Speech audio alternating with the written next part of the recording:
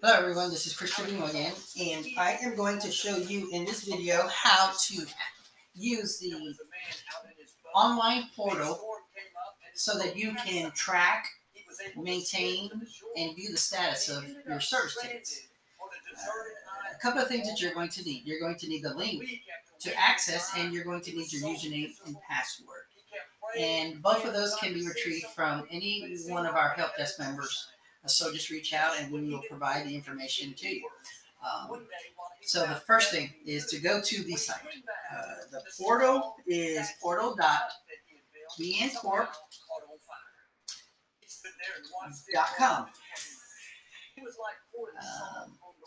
I'm already logged in as a user, so if I wasn't logged in, it would just prompt me for my username and password. So for the purpose of this video, let's go through it again.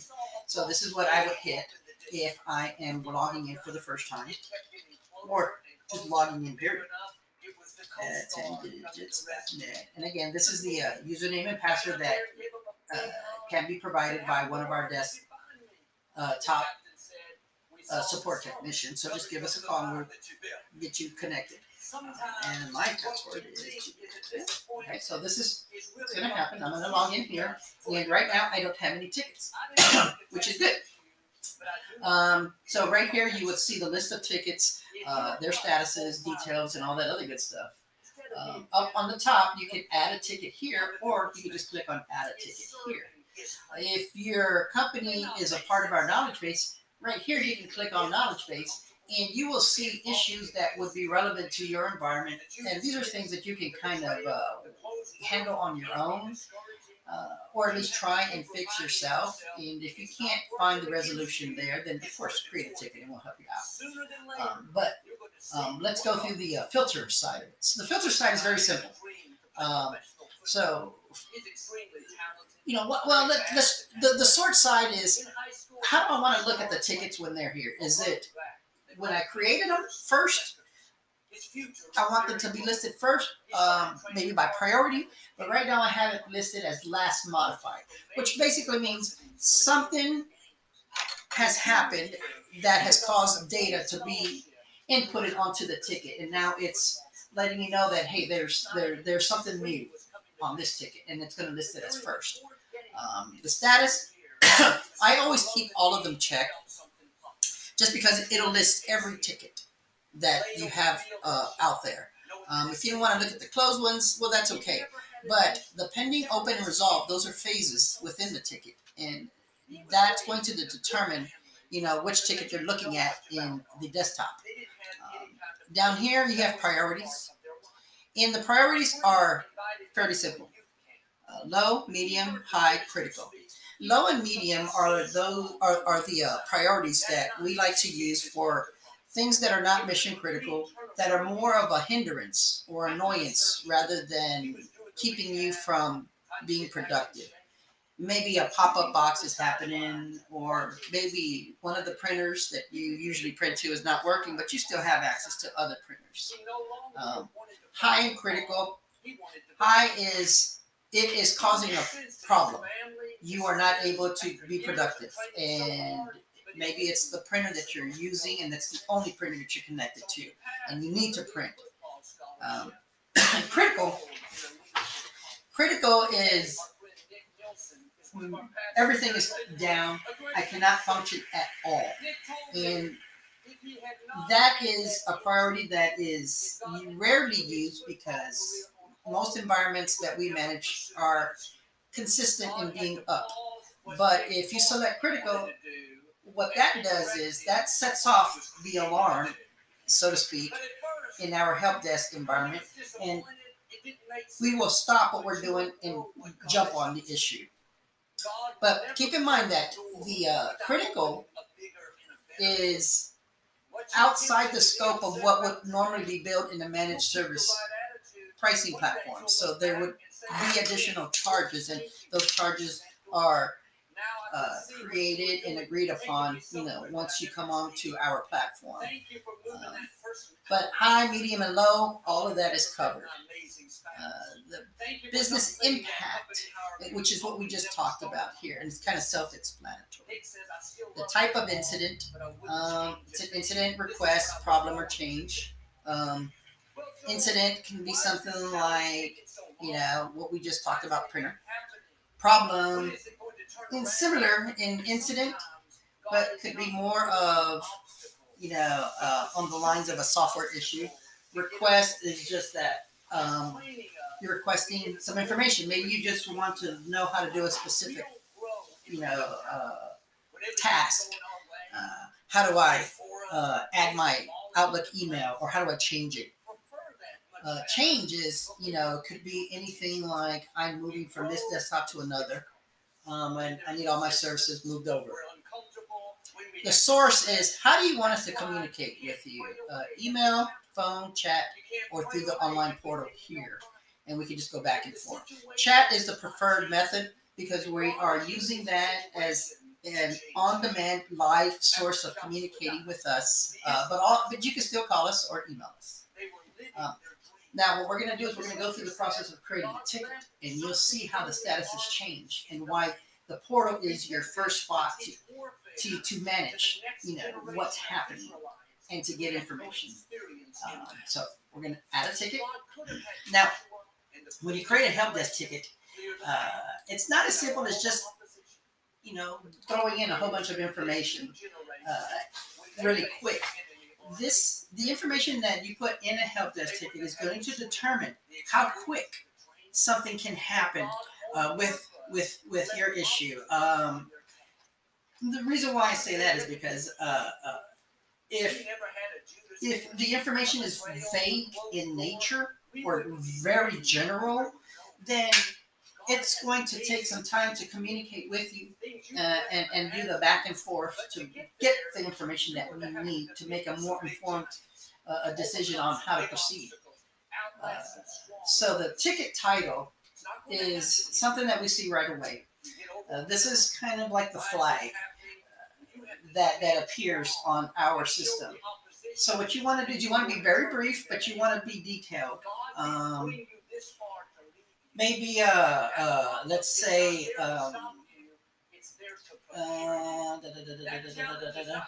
let's say we want to, there's an issue, a network printer issue. Network printer in my office is not working. No one can print to it anymore. Simple. Brief, simple, and general. Now, depending on how many printers you have in your office, this could be any one of these categories. But for the sake of this tutorial, let's just go ahead and set it as medium. The impact is, what we had talked about earlier with regards to, is it a hindrance or is it a crisis or anything in between? So I would always select minor if it's not something that's stopping you from being productive. Then we have the relating to. This is really important because on our team, we have several technicians, and everybody has their area of expertise. And if the technician or engineer that becomes available, that is geared towards printers or any of that type of environment, then they will be assigned to it. And this kind of helps us determine where that ticket or who that ticket needs to go to. Preface of communicating, what we just talked about earlier, for the purpose of this tutorial, let's just go ahead and select chat. Now, this is the description.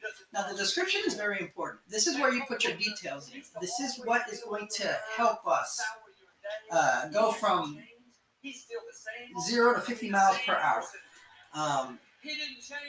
Now, what we want to do is be concise, relevant, and detailed in the description. Usually the difference between a poor support ticket and a great one are the details. The more detailed the ticket, the more likely it will be solved quickly and without much heavy lifting on your end. Um, you don't have to document every detail, just the right ones. We would much rather you ask than guess and make an issue worse. If you put the work in up front to include the right details, the rest of the process will be much more seamless. So, for instance, if we're talking about a network printer issue, what some of the things that you should ask yourself is, what was I doing when it happened? When was the last time it worked? Is it just me or everybody? When did we first notice it happened? And of course, we would ask something like, can you replicate the issue? But if you're not being able to print, then there's no reason to replicate it because it's happening. So let's take it step by step. So the first thing that I would think about is, what was I doing? Came in this morning and tried to print. Error is printer unavailable. Pretty self-explanatory there. Spell check here. When was the last time it worked? Printer worked fine yesterday. Okay. So printer worked fine yesterday. Okay. And the third thing I would think about is it's just me or is it everybody? Okay. So if it's everybody, really simple. Printer is not working for anyone in the office. Really simple and brief. Now, here are the details. The network printer is the Kyocera C700, located in the second floor break room. Okay, so we can zero in. We know which one it is. When we look into the system, we'll be able to locate it and find it, and then we will be able to assist further. So the more information we have, the better. If you can take a picture, you can snap a picture on your phone, email it to you, and you can attach it here. If there's an error that's being displayed on the screen itself, if there isn't an error, or if you have an error on your desktop, use the Windows snippet tool. It's a very cool tool that you can use to just kind of snapshot your desktop. And all you do is, on Windows 10, you just hit the Windows key on your keyboard and you just start typing snippet. And you'll see the snipping tool. And this is the little box that will pop up. And you can click on new. Everything kind of goes grayed out. But let's just say this is the issue. Right? I'm going to click copy it, save as, error 5. Because I already have some more stuff in there. So I'm going to cut error 5, right? And then I'm just going to choose to add file. And then I'm going to go to my desktop. And then I'm going to look for the error 5. And the error 5 is right here. Open. And then I'm going to click save. So now your portal is showing that there's a ticket. And it is new created. And it was created by me. And this is my title. If I click into it, I can see the details of what I put in addition to the picture. So if I download it and I open it up, and this is what I'm going to see. So this is a picture of what the text is going to see as well. Which is pretty cool. Over here is the status of what's happening. You don't have to worry about this because we're going to change it on our end. And this is how you'll monitor the progress of the ticket. So right now you see there it's open. There's nothing's happening. There's no technician assigned. Now, open, pending, resolved, and closed. Open means it's in the queue. It's ready to be looked at, but nobody has jumped on it just yet. Pending means we are working actively to resolve the issue. Resolve means we have resolved the issue based off of what we think is or has happened, and we're waiting to confirm with you. Closed is just that. Ticket has been resolved, or there has been a conclusion, a final conclusion, and that's the end of the ticket. So right now, remember, it's right here. It's still in open status. So I'm going to show you what happens when one of our technicians jumps on it. And now what I'm going to do is I'm going to assign it. I'm going to assign it to one of our techs. And then I'm going to change the status of pending, and I'm going to say on it now. And I'm going to send the reply, and I'm going to update it. So now this is going to change. So what I want you to watch is this area here. Refresh. You see how the technician now is Leo, and now the status is pending. And now you see this here. It says technician has responded. That means there's some information there that you should read. So I would click into it and on it now. So once this ticket is closed, then you'll start seeing these statuses change. We're going to change the status again. So watch this. So now I want you to watch this. So now, done. Is everything working? So now what I'm going to do is I'm going to set it to a resolved state. Resolved. Okay. And I click into the ticket. Done. Is everything working? And you can confirm. Yes. Thank you. Send reply. Okay, and watch the status of the ticket. Watch the status. All right. So if I go back into the ticket, all right, I'm going to click on. Right. Will close. So I'm sending you a reply now. I'm just basically saying, hey, I'm going to close the ticket. You click into it, and then you'll see, great, will close. So once it's in that resolved state, you're not going to see that notification that says, hey, somebody has sent you a message, because we're waiting to close it. And now it's resolved, and now we're going to close it from our end.